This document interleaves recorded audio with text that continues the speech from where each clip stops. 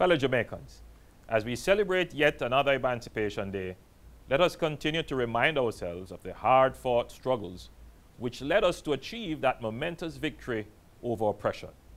Let us never take for granted the heroic efforts waged by our forebears, particularly Sam Sharp, to secure the foundation of freedom on which we stand. They were willing to sacrifice their own lives to ensure that we today could enjoy our liberties. Many were beaten brutally, but the pain inflicted only deepened their resolve. How our ancestors summoned the faith to keep pushing in the face of what seemed like the invincibility of slavery was simply amazing. We are not a people who can be kept down forever. Freedom is in our DNA. Ours is a heritage of incredible self-sacrifice, courage, resilience, and hope. Today, we need to reaffirm these values. We need to strengthen our bonds of community. We need to have a deep care for one another. Knowing no one is an island, we have to care what happens to our neighbor. We have to see that what is a threat to one is a threat to all. Our forebears had that sense of community, which drove them to collectively confront that system of bondage which seemed insurmountable.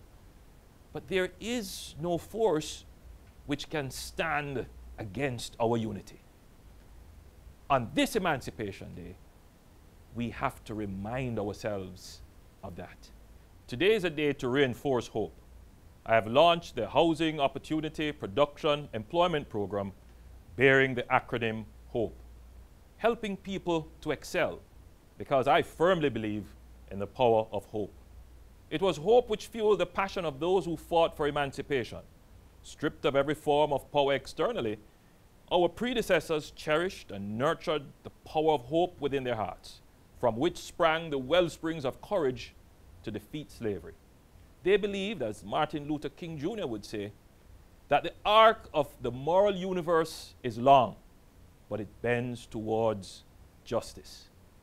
And this struggle for justice, fellow Jamaicans, is one that must continue. We have a duty to history to advance our emancipation. We certainly cannot afford to betray history by any retreat or surrender. We cannot cede 1 inch of emancipated Jamaica to any force that would impinge on our freedom.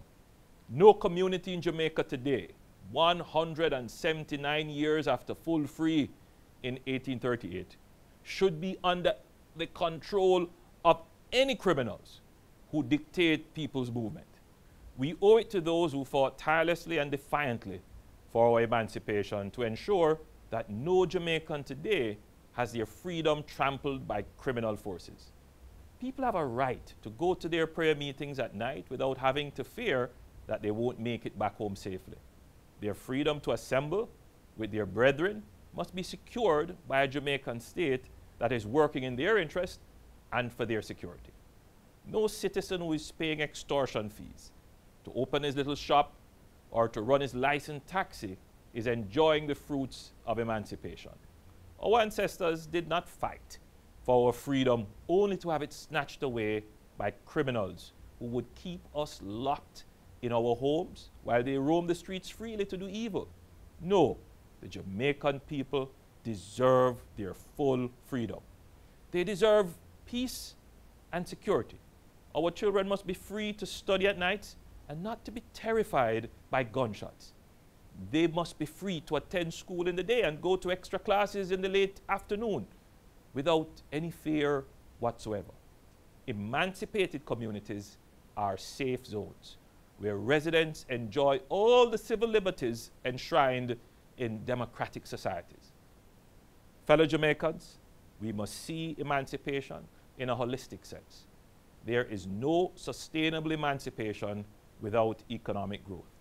Full freedom requires that people have access to work, education, healthcare, housing, and adequate community amenities. Economic freedom has to accompany political freedom. Civil liberties are limited without economic opportunity. In our book, No Bond But the Law, historian Diana Patton wrote that on August 1, 1838, the newly free members of the Mount Zion Mission in Jamaica paraded to celebrate their freedom. They marched to the church and schoolhouse with banners which read, "Wages are better than whips.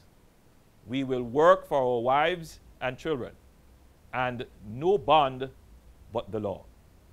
Those banners told an important story: the indivisible link between emancipation and economic liberty, and the importance of the rule of law. In that case, the Emancipation Act. Today, we carry on that mandate of advancing economic liberty while protecting and promoting the rule of law in the interest of the people. This Emancipation Day calls for sober reflections on our history and the responsibilities it imposes on us. On this day, I ask that we recommit to this prayer, which is our national anthem. Teach us true respect for all. Stir response to duty's call. Strengthen us, the weak, to cherish. Give us vision, lest we perish. As we give God thanks on this Emancipation Day, I say, God bless Jamaica, land we love.